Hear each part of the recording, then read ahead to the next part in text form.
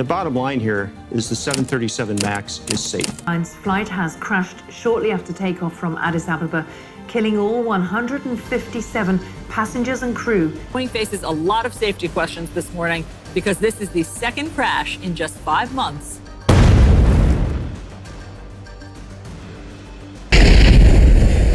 Safety is at the core of who we are at Boeing. When the Boeing 737 MAX 8 first entered service in May of 2017, it was touted as being the new standard for narrow-body aviation. And while this was a bold claim, no one really contested it, except maybe Airbus. After all, 737s had been reliably flying since 1967. So it's not too surprising that the newest version of the 737 would take the crown of being the most reliable and the most efficient.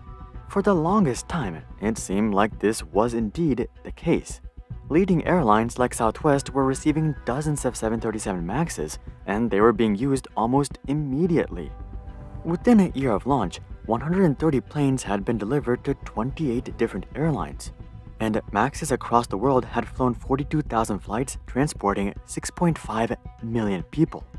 At this point, I think it was safe to say that the 737 MAX was proving to be just another routine upgrade for Boeing. But all of this would change on October 29, 2018. At 6:20 a.m., Lion Air Flight 610 took off from Jakarta, Indonesia. And almost immediately, the pilots started noticing some weird things.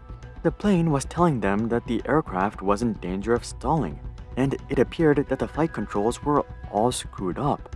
The speed and altitude readings were way off, and it felt like the nose of the aircraft was being pushed down.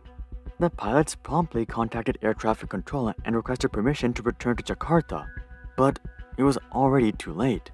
Just 13 minutes after takeoff, air traffic control would lose contact with Flight 610. They would go ahead and inform the National Search and Rescue Agency, who deployed 3 ships and a helicopter around the area in which contact was lost. And what they found was devastating.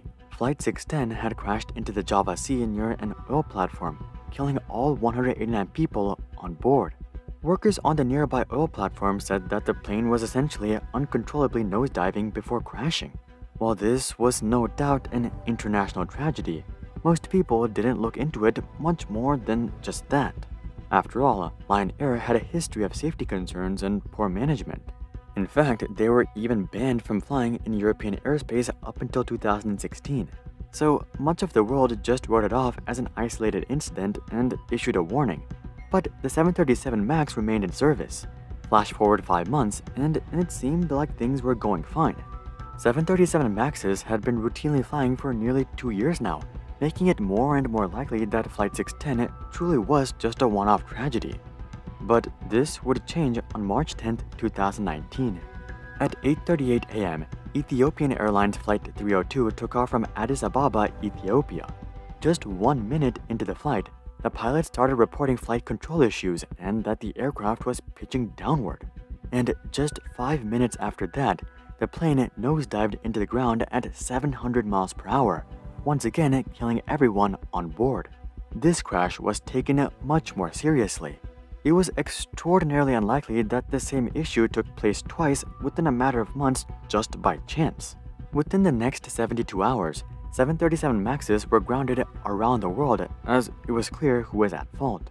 Since then, much of Boeing's leadership has been ousted.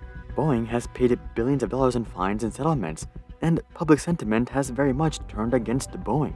But likely the most haunting evidence that has come out since then is a 117-page report detailing internal communications at Boeing regarding the 737 MAX. One Boeing employee said, quote, "This is a joke. This airplane is ridiculous." And this was way back in 2016, years before either incident. Another employee wrote, "I honestly don't trust many people at Boeing." Clearly, engineers at Boeing knew that the 737 MAX wasn't fit to fly. Yet the aircraft managed to pass all of its inspections with flying colors. And hundreds of millions of people continue to fly in Boeing aircraft, including many world leaders. But if even Boeing engineers don't trust Boeing, why should we? If you look at the situation at face value, you'll probably think that the 737 MAX 8 was just a one-off incident. After all, Boeing has been manufacturing planes for over 100 years, and they rarely have such issues, right? Well, this is true. It is rare that Boeing has issues, but the key thing to note is why they even have issues in the first place. Boeing has produced tens of thousands of aircraft over the decades, so it's only natural that they have a few hiccups here and there, regardless of how careful they are. If this was the fate of the 737 MAX 8, it would actually be somewhat understandable. But the 737 MAX 8 wasn't caused by an honest oversight or bad luck. It was caused by deep-rooted negligence and ignorance that's been rampant within the company for decades. And the 737 MAX 8 was by no means the first example of this. One of the first examples of their negligence dates back to the late 1980s with the cargo door incident.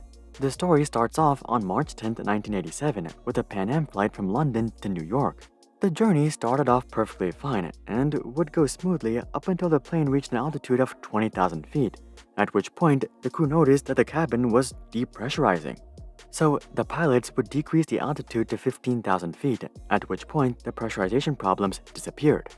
Thinking that the first occurrence was just a fluke, the pilots would increase the altitude to 20,000 feet once again, and like clockwork, the problems would reappear. Fortunately, the pilots did not try to push the boundaries and just turned around and returned to London. Once the plane was on the ground, the aircraft was examined, which revealed that all of the cargo door locking arms had either been damaged or completely sheared off. Boeing would initially blame this incident on the ground crew mishandling the cargo door. But a few years later, it would become clear who was truly at fault. On February 24, 1989, United Airlines Flight 811 would take off from Los Angeles heading towards Sydney. The flight had two intermittent stops on the way though, at Honolulu, Hawaii and Auckland, New Zealand. The first leg of the flight was completed flawlessly with no concerns or issues. The second leg started off fine too, up until the flight crossed 20,000 feet, at which point everyone on board heard a loud thump. Before anyone could even react though, the cargo door swung open with such force that it ripped open the entire aircraft at 22,000 feet in the air. 9 passengers would be catapulted out of the aircraft and would all die. Everyone else on board assumed that an explosion had gone off and that they were under attack. Miraculously, the pilots were able to turn around the aircraft and return to Honolulu.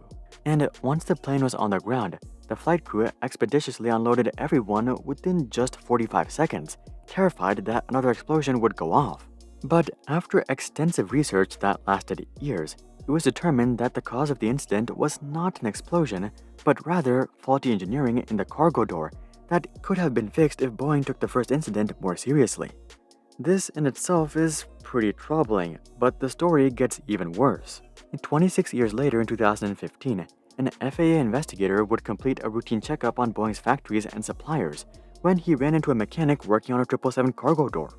When questioned about his work, the mechanic would tell the inspector that he does not use the inspection tools required and enters false inspection data on the work order. Furthermore, he admitted to falsely entering the data for approximately 7 to 8 years. It's not that the mechanic did not want to perform thorough inspections, but rather that the quotas from Boeing were so high that he didn't have the time or resources to do so. And if this mechanic alone had been doing this for 7 to 8 years, imagine how many decades this issue may have been ongoing at Boeing. This may have been the reason for the United Airlines disaster in 1989, but the fine for all this was a measly $12 million.